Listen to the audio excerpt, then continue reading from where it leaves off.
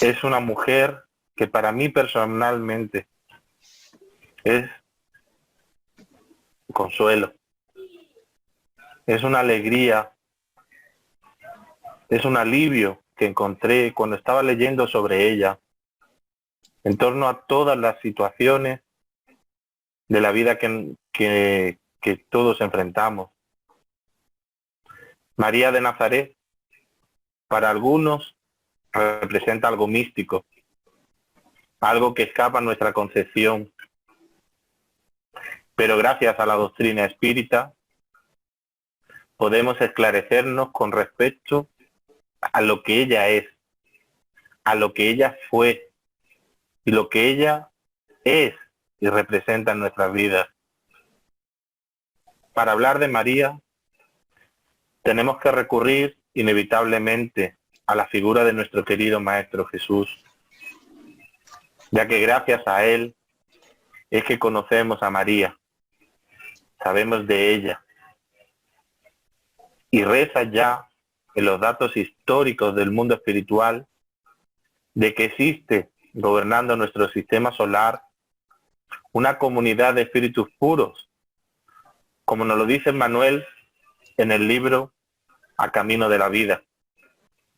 En el capítulo primero nos habla sobre la génesis planetaria y que estos espíritus puros que se encargan de dirigir todo el grupo de humanidades que habitan en los diversos planetas, en sus diversos estados, en sus diversas categorías, se reunieron 2 veces en la cercanía de la Tierra. La primera vez que se reunieron fue cuando el planeta Tierra se desprendió de la nebulosa celular del sistema solar para dar origen a este mundo. La segunda ocurrió cuando se preparaba la venida del Maestro Jesús. Y fue en ese momento donde se reunieron y se buscaron, se seleccionaron, los espíritus que iban a ser parte de esta tarea de amor, de sembrar la luz que aquí en la tierra iba a traer a nuestro Maestro, prepararle el terreno al Maestro Jesús. Y es ahí donde entra María. Porque no podemos hablar de María solamente en el momento en el que aparecen los textos bíblicos. Nosotros los espíritas sabemos que venimos de un proceso evolutivo. Y María de Nazaret estuvo presente en ese planteamiento. Ese plan de organización de la venida del Maestro Jesús, del Mesías, aquí en la tierra. Esto, de lo que os hablo, lo encontramos también en la Revista Espírita del año 1862. En la edición de enero, encontramos un ensayo que Allan Kardec hace sobre la interpretación a la teoría de los ángeles caídos a la luz de la doctrina espírita. Y nos explica que esa idea de los ángeles caídos no es más que todos los espíritus que fueron exiliados de planetas que ya estaban en un proceso de regeneración y por no cumplir el nivel moral, fueron enviados a mundos más inferiores, como la Tierra. Entonces vemos que en esa época, que en la que se encontraba o donde se desarrolló María de Nazaret, estaban encarnando muchos espíritus, como bien sabemos, gracias a la mediunidad de Chico Xavier. Espíritus que venían de esta estrella que se llama Capella. Y dentro del sistema solar de Capella había un planeta que estaba cambiando hacia un mundo de regeneración. Muchos de esos espíritus venían y llegaron a la Tierra a formar parte de muchas civilizaciones. Pero Allan Kardec nos esclarece en la Revista Espírita y nos dice que lo más probable es que María no formaba parte de esos espíritus. O sea, ya venía a la Tierra sin traer ninguna deuda con el pasado, sino que venía preparada para cumplir esa tarea, esa misión sublime de madre, que iba a servir de ejemplo para todas las madres del futuro. y que poco le prestamos atención. Estas imágenes que vemos en esta portada que os he puesto, que preside el fondo, es importante, porque gracias a estas imágenes podemos tener una idea más clara de cómo era María y cómo se mostraba ella y se muestra en el mundo espiritual. De hecho, en la primera de las imágenes vemos como Chico sostiene esa imagen psicografiada de esta Madre Celestial, ¿no? En el año 1983, Emmanuel comienza a contarle a Chico cómo era María. Y él, con la ayuda de un fotógrafo que se llamaba Vicente de Dávila, en el año 1984 publica esta imagen. Para entender un poco más a María de Nazaret, tenemos que conocer cómo era, pero también cómo se desarrollaban las condiciones geopolíticas de Israel. Israel, en ese entonces, era una región que comprendía aproximadamente 21 kilómetros cuadrados y ya estaba dividida en ese momento en 4 regiones que se conocían como Galilea, Samaria, Judea y Idumea. Israel, hacia el año 63 a.C., fue tomada por los romanos gracias al general Cneo Pompeyo, que logró conquistar esta ciudad. Israel, en el año 50 a.C., se le otorga la dirección al reinado a un sacerdote llamado Herodes el Grande, que reinó hasta el año 4 a.C. Y este rey Herodes se caracterizó por un comportamiento bastante sanguinario, bastante fuerte y atroz. Tanto es así que mandaba matar a sus enemigos. A la mínima sospecha de traición los mandaba matar. Mató a sus cuñados, mató a 2 de sus mujeres, a 3 de sus hijos, incluyendo al primogénito. María reencarna más o menos hacia el año 16 a 18 a.C., en esta región de Israel, que estaba dominada por los romanos y dirigida por Herodes el Grande en esta época. Es importante saber que la mujer en esa época experimentaba una limitación muy grande. No era tenida como algo importante. Lo que era la mujer y los niños vivían muchos abusos, muchos maltratos, de toda índole. En los niños, si un padre identificaba que su hijo no cumplía, o no le caía bien, o no le gustaba, lo podía vender, podía tirarlo a la calle, podía incluso desearle la muerte, o mandarlo a matar. Y la mujer no tenía ni voz ni voto, era despreciada, degradada a un objeto. Tanto es así que la mujer podía ser repudiada por el solo hecho de no saber cocinar. Y todavía pasa en algunos países, aunque cada vez menos. Una mujer podía ser llevada a la muerte si se le descubrió una infidelidad. No tenía derecho a participación en las reuniones, en la sinagoga, pero dentro de la sinagoga se les creaba un espacio para que ellas estuvieran de una forma como clandestina, donde no distrajeran a los hombres, donde la lectura de las escrituras, a esas zonas se le llamaba el macroneo. Entonces se colocaban para no distraer allí.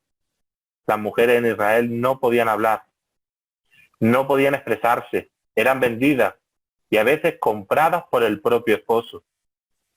La mujer, por tanto, en esta época era considerada por debajo del hombre, en todos los aspectos de la vida cotidiana.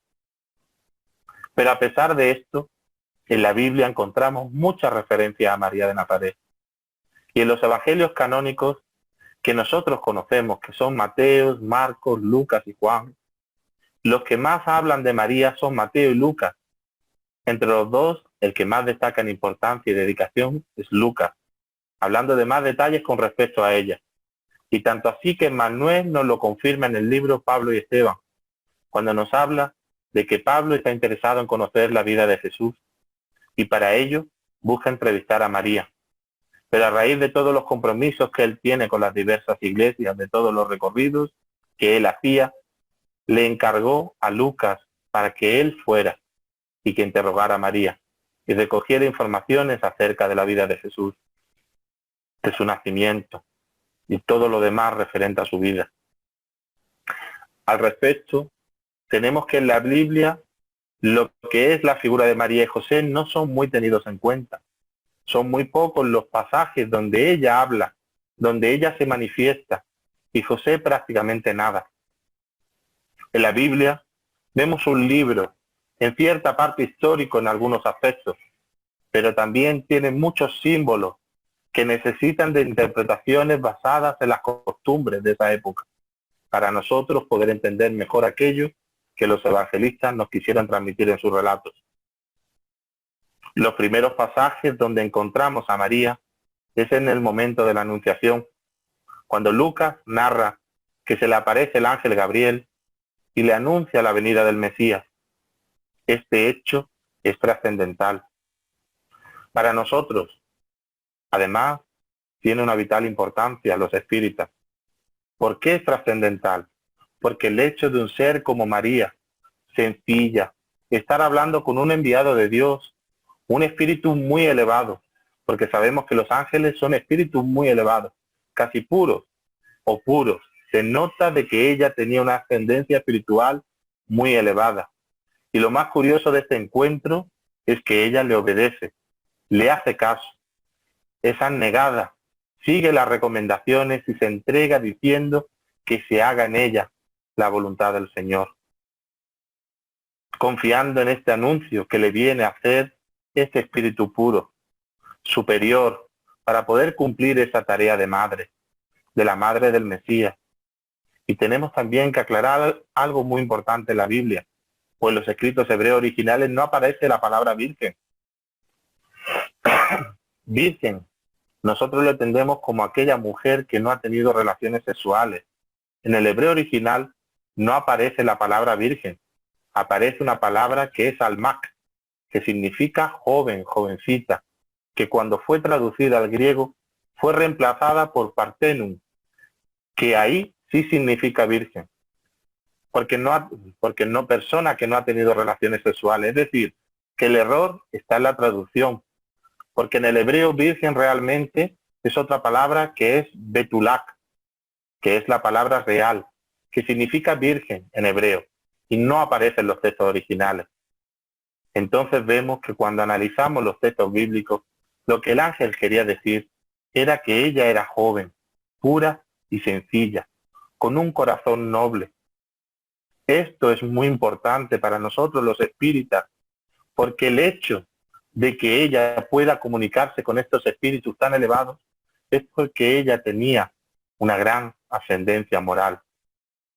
También encontramos otro pasaje donde ella va a visitar a Isabel, su prima, y cuando ella llega a donde Isabel y la saluda, Isabel ya tenía 6 meses de gestación.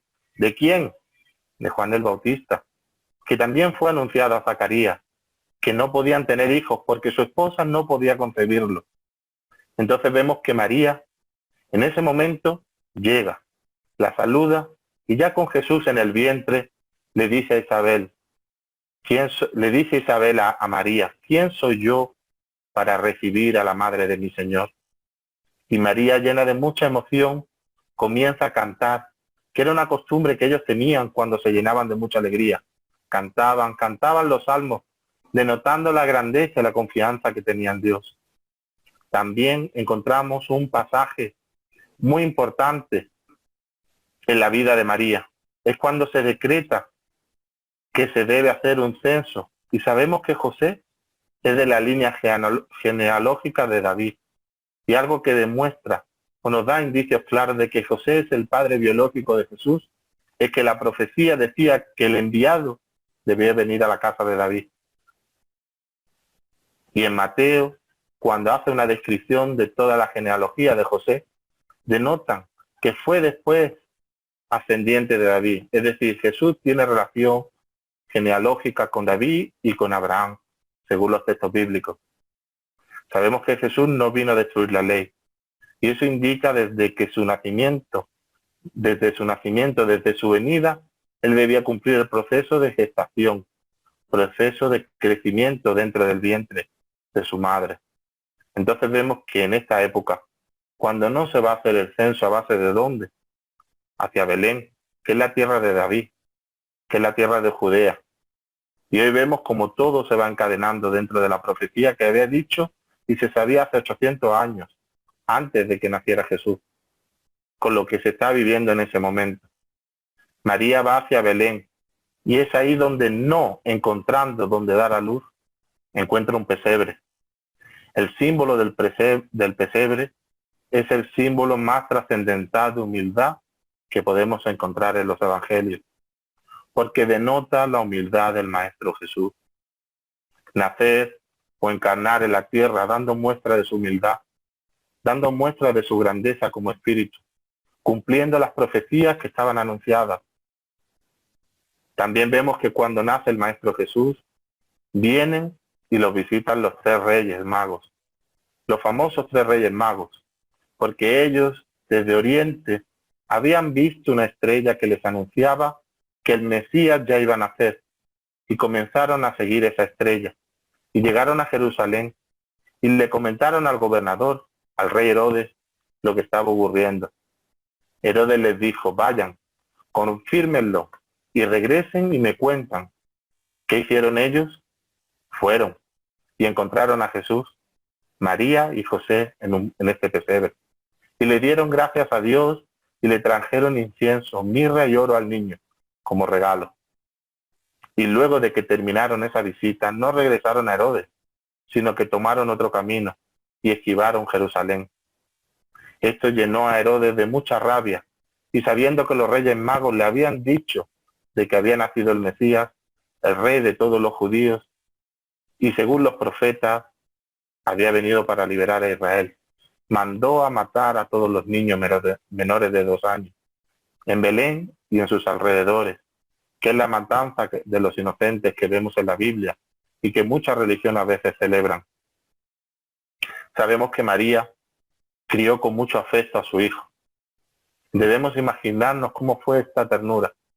De hecho, muchos de los que estamos aquí tenemos hijos y sabemos la ternura que le dedicamos. ¿Cómo sería esa comunión entre Jesús, siendo un espíritu puro, su vibración y el amor de esta madre, esta dedicación que ella tuvo? 8 días después del nacimiento del Maestro Jesús, siguiendo la tradición judaica, María y José debían presentar al niño ante el templo, y ahí lo presentan. Jesús es presentado ante el templo, y en ese instante, cuando ya iban saliendo después de haber dado la ofrenda, que eran unas palomas y unas tórtolas como ofrenda en el templo, ellos se encuentran con un viejo, justo, bueno, llamado Simeón, que se maravilla al ver a Jesús, porque a él un espíritu superior le había dicho que no iba a conocer la muerte hasta que no conociera al Mesías. Y cuando identifica a este niño bien inspirado, lo coge en su brazo y dice, ya puedo morir en paz, Señor, ya puedo morir en paz, tu siervo. Y le revela a María una profecía diciéndole que una espada atravesará su corazón. Ella queda sorprendida y guarda toda esa información en su alma y la medita. También encontramos a Ana, que es una medium que identifica al maestro y comienza a divulgar en esta zona donde vivían la venida de que el Mesías ya se encontraba entre nosotros. Por tanto, como vemos, que toda la vida de María estaba relacionada con Jesús, estuvo marcada, toda la vida de María relacionada con Jesús estuvo marcada por hechos trascendentales que a veces se nos escapa, porque no le damos la importancia que merece.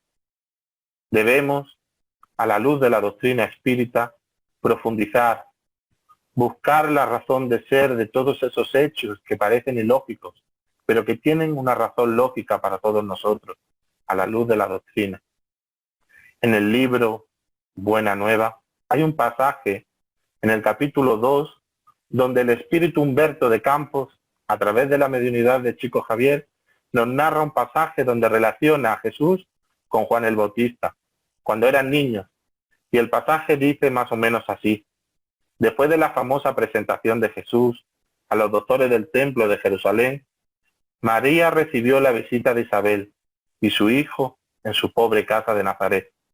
Después de los saludos habituales y de la conversación de los asuntos familiares, las 2 primas comenzaron a dialogar sobre los niños, cuyo nacimiento habían sido antes seguidos por singulares acontecimientos, y marcados por extrañas circunstancias. Mientras el patriarca José atendía las últimas necesidades diarias de su humilde taller, las dos se entretenían en curiosas charlas, intercambiando cariñosamente las más tiernas confidencias maternales. Lo que me espanta, dijo Isabel, con agradable sonrisa, es el temperamento de Juan. Dado la más profunda meditación, es a pesar de su corta edad, con frecuencia lo busco inútilmente en casa, encontrándolo casi siempre entre las higueras vírgenes, o caminando a lo largo de sendas adustas como si su pequeña frente estuviese dominada por grandes pensamientos. A mi modo de ver, esos niños, respondió María, intensificando el suave brillo en sus ojos, traen para la humanidad la luz divina de un camino nuevo. Mi hijo también es así, envolviéndome en el corazón en una atmósfera de cuidados incesantes. Casi siempre lo encuentro frente a las aguas, otras veces en profunda conversación con los viajeros que demandan Samaria o las aldeas distantes en las cercanías del lago. Con frecuencia les sorprendo la palabra caritativa que dirige a las lavanderas o a los transeúntes, a los mendigos, a los sufridores, hablándoles de la comunión con Dios, con una elocuencia que jamás observé en las enseñanzas de nuestros doctores. Constantemente me pongo a pensar al respecto de su futuro. A pesar de los valores de la creencia, Isabel murmuró convencida, nosotras, las madres, siempre tenemos el espíritu perturbado por injustificables recelos. Y como si se dejase arrebatar por amores temerosos, María continuó. Hace algunos días estuvimos en Jerusalén, en las acostumbradas conmemoraciones, y la facilidad con que Jesús elucidaba los problemas que le eran presentados por los orientadores del templo nos dejó a todos recelosos y perplejos. Su ciencia no puede ser de este mundo, viene de Dios y ciertamente se expresa por sus labios amigos de la pureza, notando sus respuestas al azar. Llama a José en particular y la visión que el niño parecía haber nacido para la perdición de muchos poderosos de Israel. Escuchándole atentamente la palabra Isabel, María prosiguió con los ojos húmedos después de ligera pausa. Consciente de este aviso, busqué al azar para interceder por Jesús a través de las valiosas relaciones que tiene con los orientadores del templo. Preocupada por su infancia, recelando por su futuro, al azar prometió interesarse por su suerte. Todavía de regreso a Nazaret, experimenté singular multiplicación de mis temores y conversé con José más detenidamente acerca del pequeño, preocupada por su adecuada preparación para la vida. No obstante, después del día que siguió a nuestras formulaciones íntimas, Jesús se aproximó a mí por la mañana y me interpeló. Madre, ¿qué quieres tú de mí? ¿Qué quieres tú de mí? ¿Acaso un helado testimonio de mi comunión con el Padre que está en los cielos? Altamente sorprendida por la pregunta, respondí temerosa, hijo, tengo que reconocerte mi miedo. Pienso que necesitas una buena preparación para la vida. Y Jesús, como si supiera lo que le venía después, ponderó su respuesta. Madre, mi Padre no es de este mundo, solo a Él he venido a servir. Jesús, aun sabiendo de las promesas que le hacían los protectores del templo al respecto de su ciencia, por su ya temprano don de palabras, se aproxima a José y le pide humildemente que le enseñe su profesión, su trabajo de carpintero, como si quisiera enseñarnos que la mejor escuela para Dios es la del hogar y la del esfuerzo propio. Concluyó María su narración con la siguiente frase. Está perfeccionando su profesión en el taller, empuñando el martillo y el cepillo, llenando la casa de ánimo con su dulce alegría. Isabel había escuchado atenta la narración, y después de unas consideraciones materiales, ambas observaron que las primeras sombras de la noche bajaban sobre el paisaje. La carpintería ya estaba cerrada, y José buscaba el interior doméstico para el reposo. Las dos madres se miraron algo inquietas y se preguntaron para dónde se habían ido los niños. Nazaret es una de las regiones más hermosas de Galilea, o quizá el lugar más bello y maravilloso de Palestina. María e Isabel vieron a Jesús en una parte alta, al lado de Juan, y Jesús le indicaba los paisajes que se multiplicaban a la distancia, como cuando un general le muestra a un soldado de alta confianza los pormenores de sus planes. Al día siguiente, cuando Isabel y su hijo ya partían, Isabel le dijo a Jesús: si quieres, puedes venir con nosotros.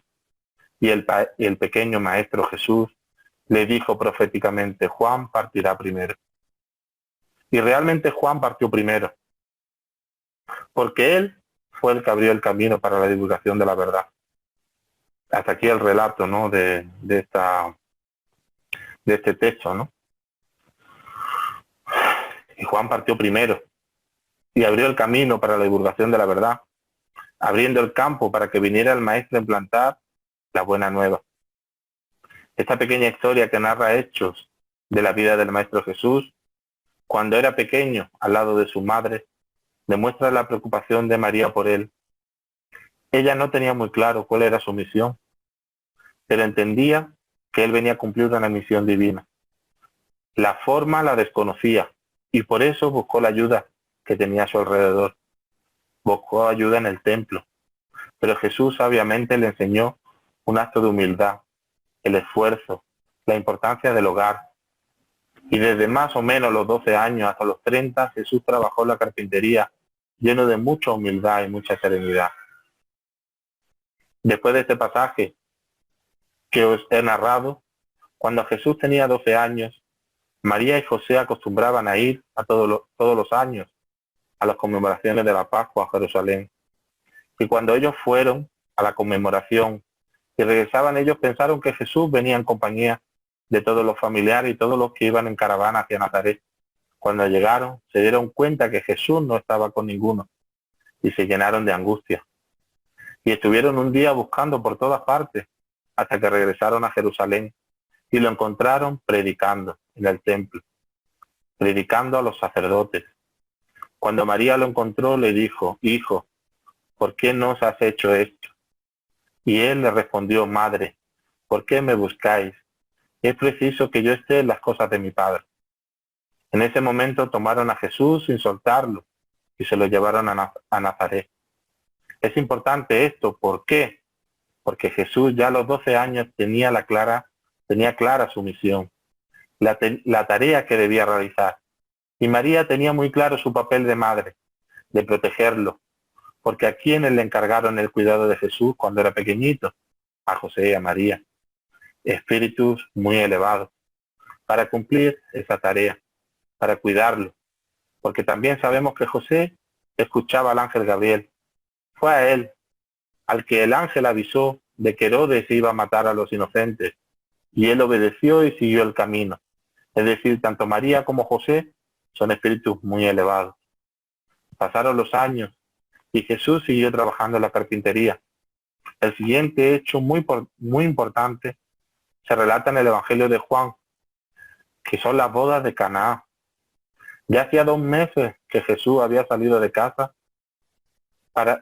su casa en Nazaret para comenzar su misión. Ya se habían silenciado todas las herramientas de la carpintería. Ya había estado en el río Jordán siendo bautizado por Juan en un acto simbólico, como comienzo al trabajo que él iba a realizar. Y algunos de sus discípulos ya lo acompañaban en sus comienzos como pescador de hombres. María y Jesús, junto con sus discípulos, fueron invitados a la boda, pero María se adelantó, y cuando Jesús llegó, María quedó deslumbrada con el hijo, que hacía casi 2 meses que no veía, y lo abrazó llena de mucha emoción. Y él también, lleno de mucha ternura, comenzaron las conmemoraciones de la boda, donde habían sido invitados, que durante de 3 a 8 días, imagínense la fiesta, ¿no? Por eso fue que se acabó el vino. Y ahora vamos a ver entonces, ellos, llenos de mucha alegría, comenzaron esta fiesta En algún momento de la noche, casi de madrugada, ese vino se acabó. Y María, preocupada porque es un mal augurio, según la tradición para los novios, y sabiendo de las capacidades que tenía su hijo Jesús y la confianza que tenía en su hijo, le dijo: hijo, se acabó el vino. Y él le responde: madre, ¿qué tengo que ver yo con estas cosas? Y María, conociendo su carácter noble y su grandeza, le dijo a los siervos: haced todo lo que él os diga. Y los siervos trajeron las tinajas con agua, y Jesús, en un acto de mucha discreción, colocó la mano y convirtió el agua en vino. Vemos aquí un símbolo, cuando convierte el agua en vino, pero también desde ese momento María se convirtió en la intercesora entre Jesús y nosotros. Y muchas veces nos hemos acordado de María de Nazaret cuando estamos afligidos, ¿verdad? Muchas veces nos acordamos de esa figura para que interceda por nosotros, para servir de puente entre el Maestro y nosotros. Y ahí comenzó esta tarea simbólica en esa boda que se estaba celebrando materialmente. Pero realmente era un símbolo de unión entre la humanidad sufriente y el Maestro Jesús, para implantar un nuevo reino. Otro hecho importante en la vida del Maestro es cuando él llega a Nazaret. Después de comenzar su trabajo de predicación, llega y entra a la sinagoga. Ya se había extendido voces de su mesianato, de sus prodigios, y sus coetáneos de él, algunos lo creían y otros hablaban en su contra, lo señalaban, pero él entró en la sinagoga. Y el presidente de la reunión leyó la lectura habitual. Y después de una lectura al azar, Jesús entró en ese momento e hizo la lectura. Abrió las escrituras y leyó: el Espíritu del Señor está sobre mí, pues Él me ungió para anunciar las buenas nuevas a los pobres, para proclamar la libertad de los cautivos, para restaurar la vista a los ciegos y anunciar la libertad de los oprimidos. Anunciando el año de gracia del Señor, todos quedaron perplejos ante la lectura que hizo el Maestro Jesús. Luego Él dice en sus oídos: hoy se cumplieron estas escrituras en mí. Yo soy el anunciado, yo soy el que esperaba. Todos se llenaron de ira. La sinagoga se convirtió en un tumulto. ¿Cómo va a ser el enviado? ¿Cómo va a ser este hombre el Mesías? ¿Él no es el carpintero? ¿Ese no es el hijo de María? Decían los que lo conocían y no entendían lo que Jesús quería decir. Intentaron en ese momento agarrarlo y echarlo fuera de la sinagoga. Y fue en ese momento que María, estando allá donde estaban las mujeres, ve la situación llena de angustia. Jesús le envía una dulce mirada y ella entiende al momento, confiada, de que Él lo tenía todo controlado. Y entonces sus coterráneos lo agarran y lo llevan y lo sacan de la sinagoga. Lo llevan a un precipicio para lanzarlo y Él simplemente, elevando y expandiendo su amor y su magnetismo, controla a la multitud. Los brazos y pies de la muchedumbre quedan paralizados. Los que estaban furiosos se relajan y, enviando una mirada de amor indescriptible a todos, se abre paso entre la multitud y camina demostrando su grandeza, porque no había llegado el momento de su muerte todavía. Más adelante en el tiempo, Jesús se encuentra divulgando, hablando del Evangelio, y avisan que su madre y sus hermanos estaban fuera buscándolo. Y él da una enseñanza trascendental, porque él dice: ¿quién es mi madre? ¿Quiénes son mis hermanos? Sino aquellos que hacen la voluntad de mi Padre, que está en los cielos. Esos son mi madre, mi hermana y mis hermanos. Es importante esto, porque muchas personas se agarran a esto para decir que Jesús no quería a María, pero nada más lejos de la realidad. Jesús sí la quería y mucho, pero aprovechó ese momento para darnos una enseñanza. Está claro que María no entendía mucho su misión, pero ella lo amaba como madre. Era un amor trascendental, sublime, pero no entendía cuál era su misión. No entendía las palabras de Jesús. Y si malinterpretamos estas palabras que más adelante se explican en el Evangelio según el Espiritismo, en el capítulo 14, en el ítem 5, honrad padre, a vuestro padre y a vuestra madre, donde se habla de este pasaje, ¿quién es mi madre y mi hermana y mis hermanas? Luego pasó el tiempo, siguió con la divulgación del Evangelio, pasaron muchos hechos y nos acercamos a los últimos días. Llegó la Pascua. Jesús entra triunfal a Jerusalén, recibido con palmas o ramas de olivo. Todo un momento de alegría. Pero esta era la última escena antes de la transición. Llegó el momento más duro de María, lo que su corazón siempre había presentido, el mayor temor de una madre. Nos vamos ahora hasta el momento cuando llega corriendo junto a ella Juan, el discípulo amado, y le comenta: madre, el maestro ha sido detenido. Ya sabemos que fue Judas quien lo traicionó, y con un beso lo identificó para ser entregado a los sacerdotes. Y María, en ese momento, cuando se entera que su hijo fue detenido, comienza a orar. Se entrega a la oración, a pedir a Dios, a pedir para que lo liberen, a pedir para que se haga su voluntad. Pero en la medida que va pasando el tiempo, Jesús es metido en la cárcel y María se llena de angustia. Pero ella confía en la ayuda divina, confía en la ayuda del Padre. Pero las cosas siguen complicándose y Jesús es llevado y acusado por los sacerdotes Anás y Caifás. La angustia de ella aumenta y ella decide ir a verlo, pero no logra sensibilizar a los guardias que lo retenían. Y comienza un proceso de angustia en su corazón. Una espada atravesará su corazón. La profecía de Simeón se estaba cumpliendo. Luego Jesús es llevado donde Pilatos. Y ocurre la escena donde Pilatos le pregunta que si él es el rey. De ahí es llevado donde Herodes.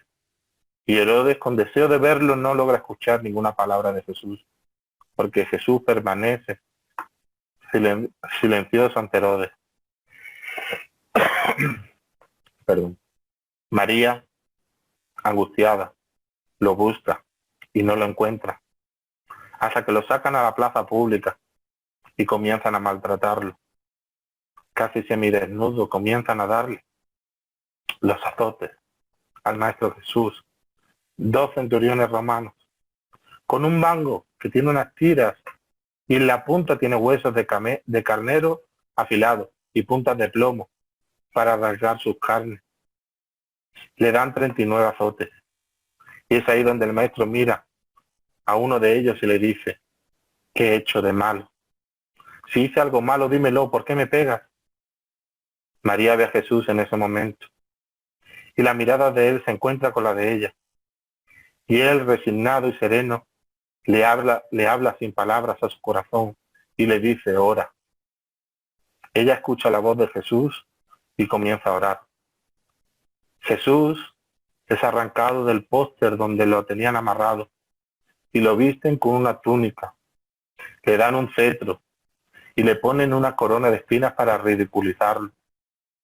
María siente un dolor agudo en su corazón, pero ella se acuerda de Abraham, cuando una voz le dijo a Abraham: ve y sacrifica a tu hijo Isaac. Y en el último momento la voz le dice: no lo hagas, has demostrado tu fe. Ella tenía la certeza de que Dios en algún momento iba a liberar a su hijo.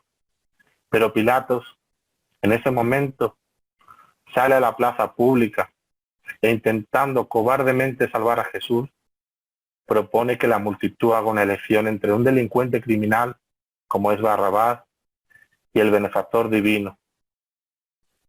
La multitud decide liberar a Barrabás y llevar a Jesús a la cruz, cortado, doblado de sangre, cansado, porque seguían pegándole. Le hicieron andar hasta 4 kilómetros cargando con la cruz. María llora desconsolada. El dolor es muy intenso. Y en ese momento se acordó de la anunciación del ángel, de toda la ayuda que Jesús había dado al mundo, la ayuda que brindó a los leprosos, a los paralíticos, a los ciegos.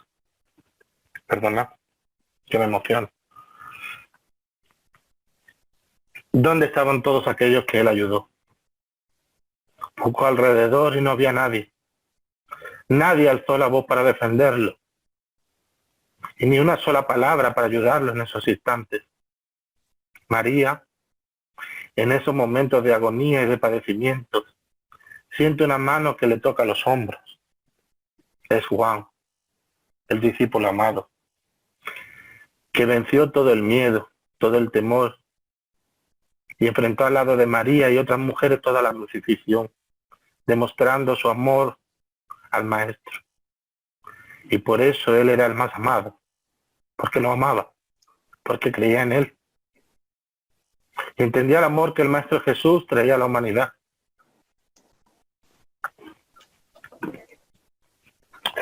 Y cuando ellos están abrazados, viendo al Maestro Jesús agonizando en la cruz, ellos ven como la frente del Maestro se mueve en la dirección hacia ellos.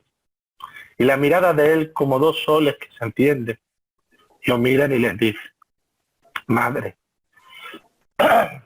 he ahí a tu hijo. Hijo, he ahí a tu madre. En ese momento María y Juan entendieron de que los lazos biológicos son pasajeros y los lazos espirituales comenzaban a forjarse para la humanidad. Ese era el amor que el Maestro Jesús quería, la fraternidad universal. Y estoico ahí en la cruz seguía dando enseñanzas, porque fue en la cruz cuando él dijo: Señor, perdónalos, porque no saben lo que hacen. Mucha gente piensa de que Jesús nos dijo: Dios, ¿por qué me has abandonado? Pensamos que él lo dijo, no lo dijo. Pensamos que él no lo dijo, pero lo más probablemente es que sí. ¿Por qué? Porque ese Dios, ¿por qué me has abandonado?, no es más que un salmo de David. Es el inicio del Salmo 22 de David. Es decir, Jesús, de forma errónea y mal interpretada, lo que estaba haciendo en ese momento era cantar.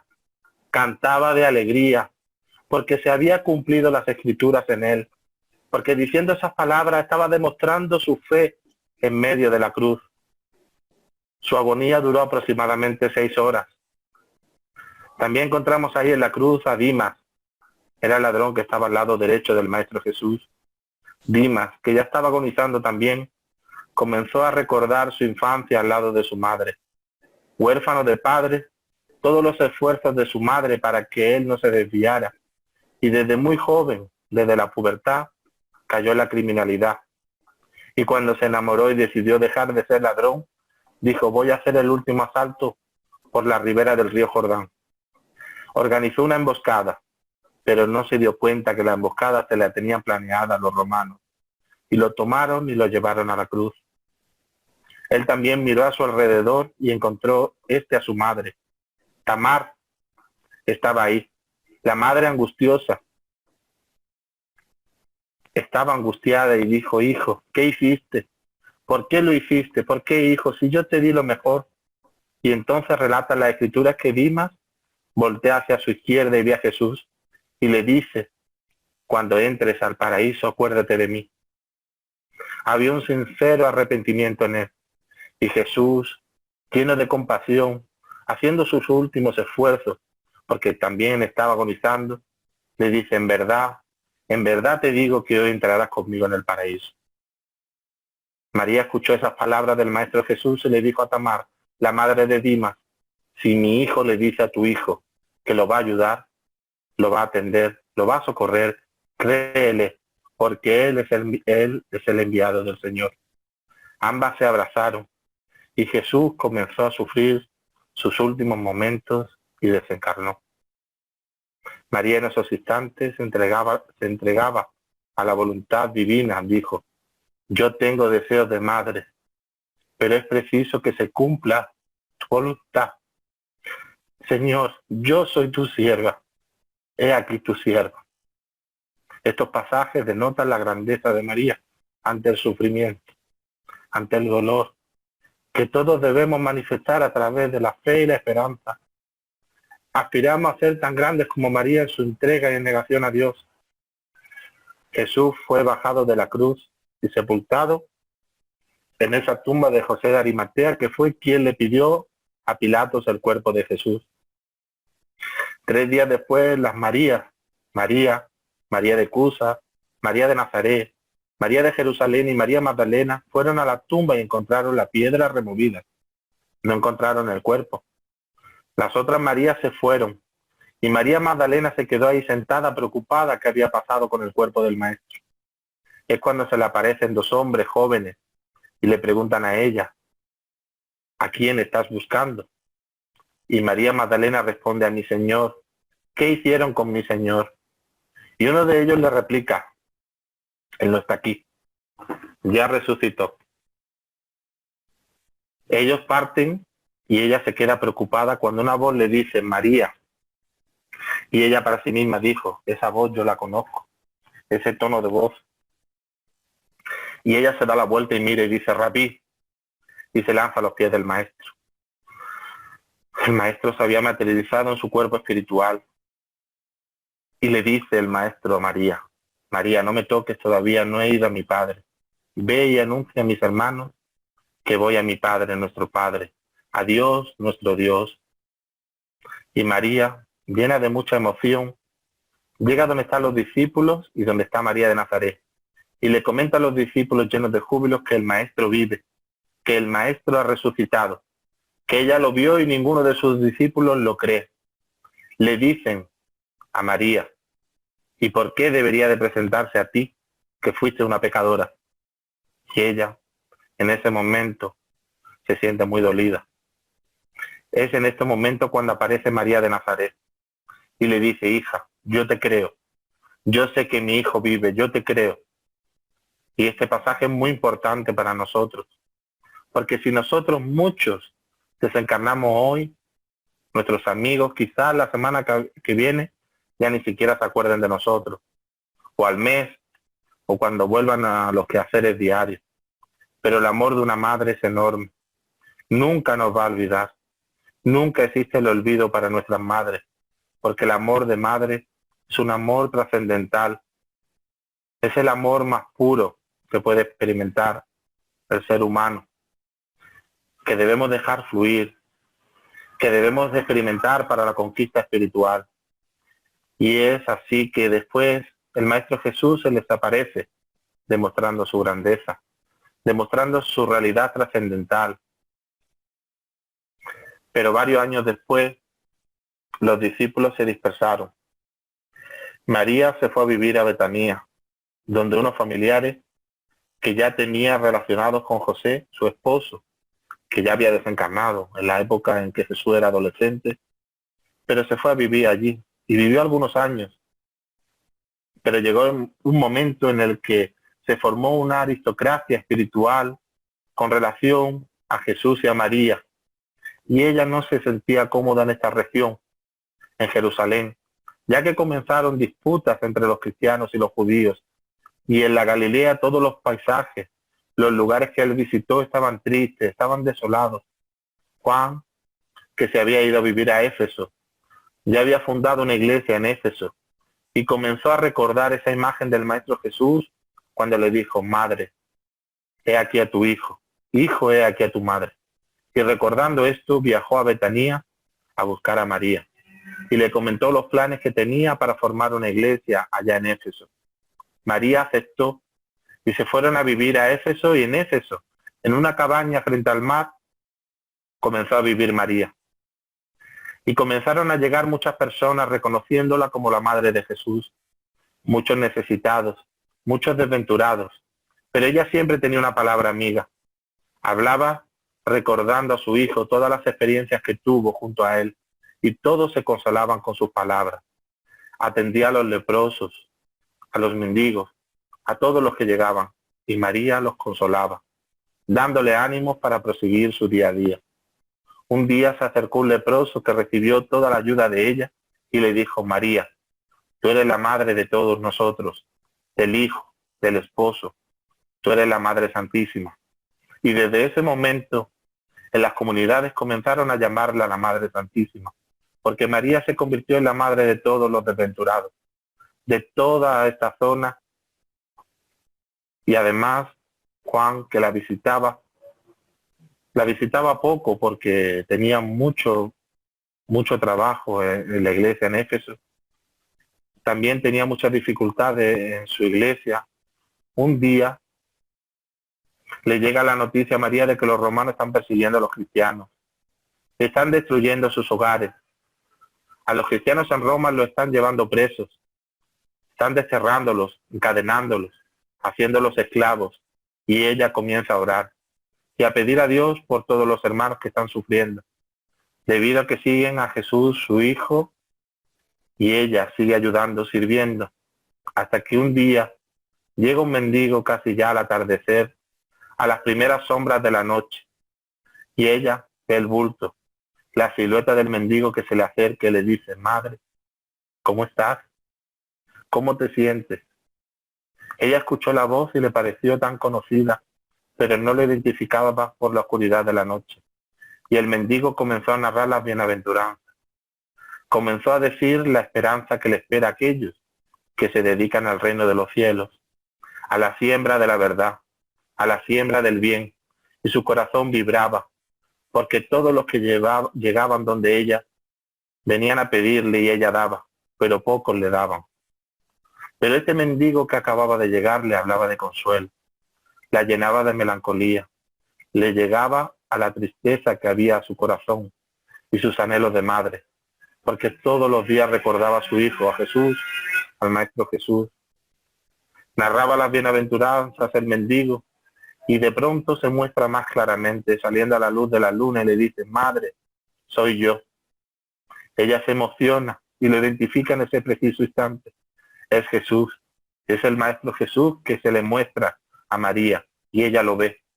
María puede ver las llagas producto de los clavos en las manos y en los pies, pues llega un momento en que intenta lanzarse arrodillada a sus pies, pero él la detiene, le toma las manos cariñosamente y la levanta.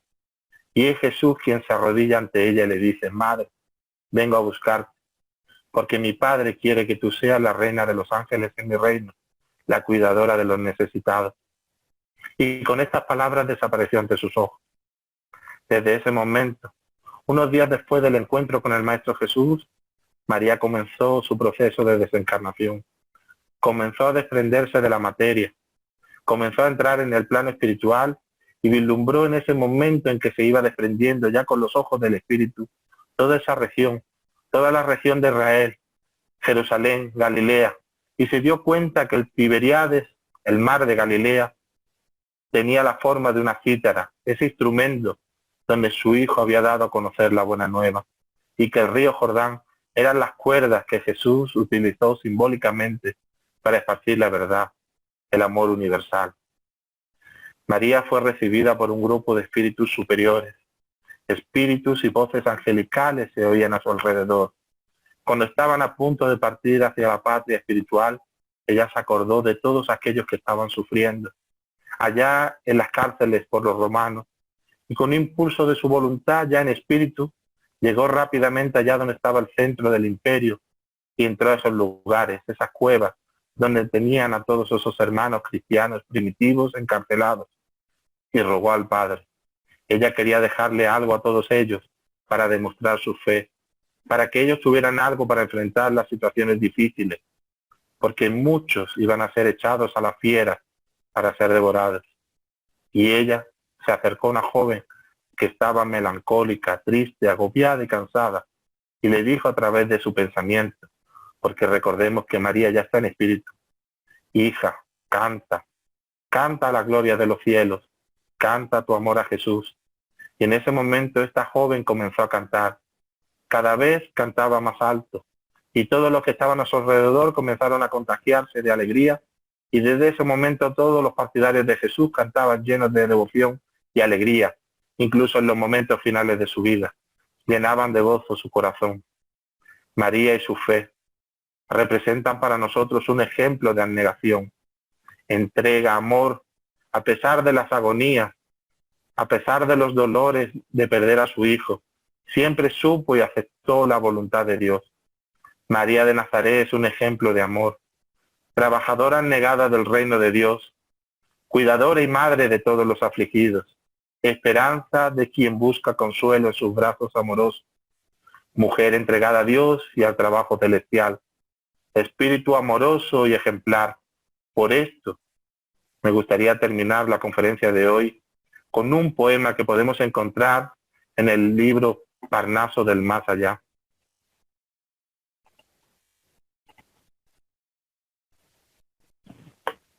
Este libro, Parnaso del Más Allá, es psicografiado por Chico Javier, que dice así: tú, que eres la madre bondadosa de todos los desvalidos, de ese valle de gemidos, madre piadosa, sublime estrella que brilla en el cielo de la paz, de la bonanza, del cielo de toda esperanza. María, tú eres la consolación de los pobres, de los desgraciados, de los corazones desolados en la aflicción. Compadécete, Señora, de tan grandes sufrimientos de este mundo, de tormentos que aterra ahora. Líbranos del falso abismo, de los males, de los sinsabores. Protege a los infractores en el exilio. Entiende tu amparo de bondad y ternura sobre tanta desventura y tanto llanto. Concédenos tu amor, tu misericordia. Dale paz a toda la discordia, tregua al dolor. Tú que eres la madre cariñosa de los débiles, de los oprimidos de este valle, de gemidos. Madre bondadosa. Muchas gracias. Hasta aquí la conferencia de hoy. Gracias.